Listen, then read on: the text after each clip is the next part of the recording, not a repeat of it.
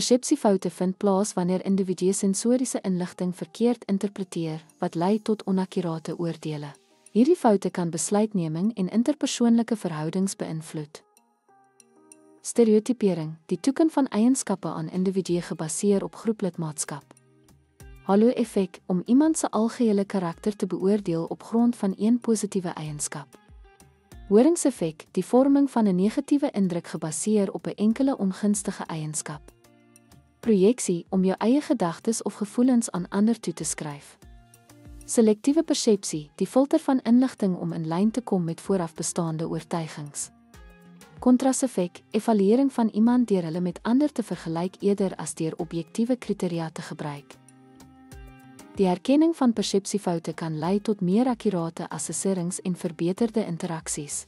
Bewustheid en selfrefleksie help om hierdie vooroordele te verminder.